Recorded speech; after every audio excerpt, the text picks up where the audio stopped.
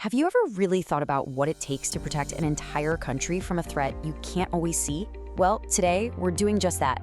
We're gonna pop open the UK's counter-terrorism toolbox and have a look at the actual strategies and tools they use to keep millions of us safe. Let's jump in. I mean, just think about that number for a second. How on earth do you protect 67 million people? That's like trying to guard the entire city of London, almost 8 times over. And you're protecting them from a threat that doesn't wear a uniform and often doesn't have a face. It is a massive, massive challenge for any government. So what's the answer? Well, it's pretty clear you can't just use a single plan for every problem. It's like trying to build a house with only a hammer. It's just not gonna work. You need a whole toolbox filled with different tools for different jobs. And that's exactly what we're going to unpack today, the UK's strategic toolbox. Okay, so every good toolbox has to start with a blueprint, right? A master plan that shows you how all the different parts are supposed to work together. And for the UK, that plan has a specific name.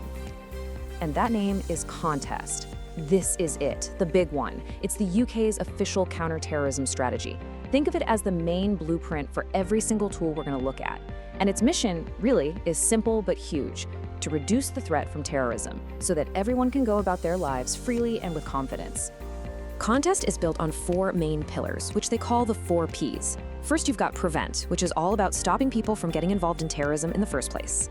Then there's Pursue, which is about actively going after terrorists and stopping attacks. Protect is about making our defenses stronger.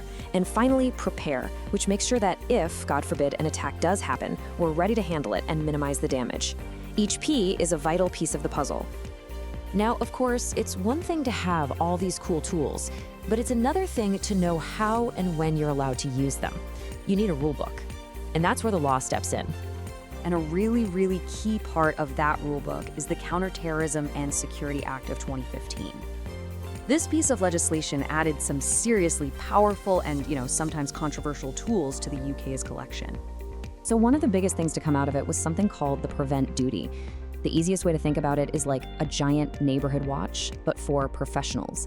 It actually puts a legal responsibility on people in certain jobs to spot the early warning signs of radicalization and to step in and get that person help. So who exactly is on this watch? We're talking about teachers in schools and colleges, doctors and nurses in the NHS, even local council workers. The whole idea is that these are the folks who are most likely to notice if someone is struggling or becoming isolated, and they're in a position to help before things go too far. The 2015 Act also brought in a very direct, very hands-on tool: the power to seize passports right at the border. This was at a time when a lot of people were trying to travel to places like Syria and Iraq to join extremist groups. And this gave the authorities a way to stop suspected extremists in their tracks before they could even get on a plane. Okay, so the law gives you the power, but to use that power, you need information. You need eyes and ears, not just on the ground, but in the digital world too, so you know where the threats are actually coming from. And well, that is the job of the intelligence services. Which, brings up a pretty obvious question. Having all these legal powers is great, but how do you know who to use them on? I mean, how do you find that one needle in a haystack of 67 million people? Well, you do it with a world-class intelligence team. And in the UK, that's basically a trio of famous agencies. You've got MI5, they're the home team, focused on threats inside the UK. Then there's MI6, the international spies gathering secrets overseas. And finally, GCHQ. Think of them as the master code breakers and digital wizards listening in on global communications to find threats. But look, with all that power comes a huge amount of responsibility. These agencies can't just go rogue and do whatever they want in the shadows. They have their own very strict rule book they have to follow. And that rule book is called the Regulation of Investigatory Powers Act, or as most people know it, RIPA.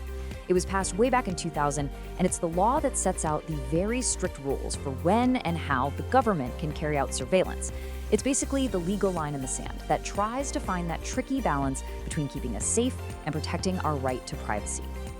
So we've got a master plan, we've got laws, we've got spies, but the government knows it can't win this fight by itself. So the next tool, and honestly, maybe the most important one, relies on what you could call the first line of defense: our own communities.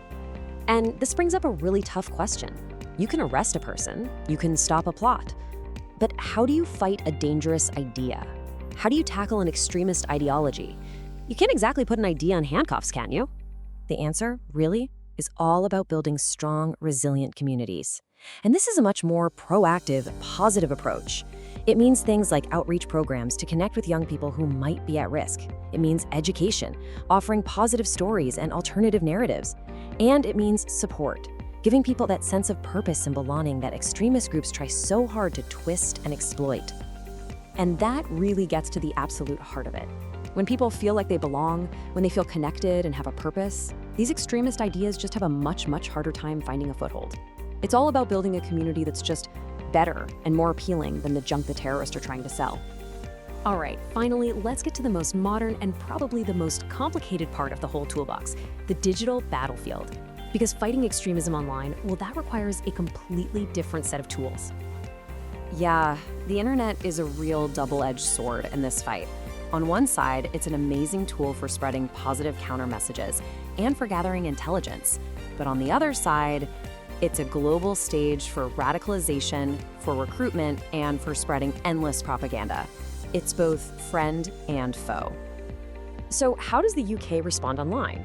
Well, first, there's a special unit, the Counter-Terrorism Internet Referral Unit, or CTIRU, whose entire job is to find terrorist content online and get it taken down. Second, they're working with the big tech giants, Facebook, YouTube, all of them, to block this stuff. And third, they're developing new tech, new AI, to spot this content automatically, way faster than any human ever could. And all of this brings us right to the fundamental dilemma of living in a digital world, doesn't it? It's this constant, non-stop balancing act between two things we all really care about, our security and our personal freedom. Which really leaves us all with a huge question to chew on. In this digital world that we all live in, where do you think that line should be drawn?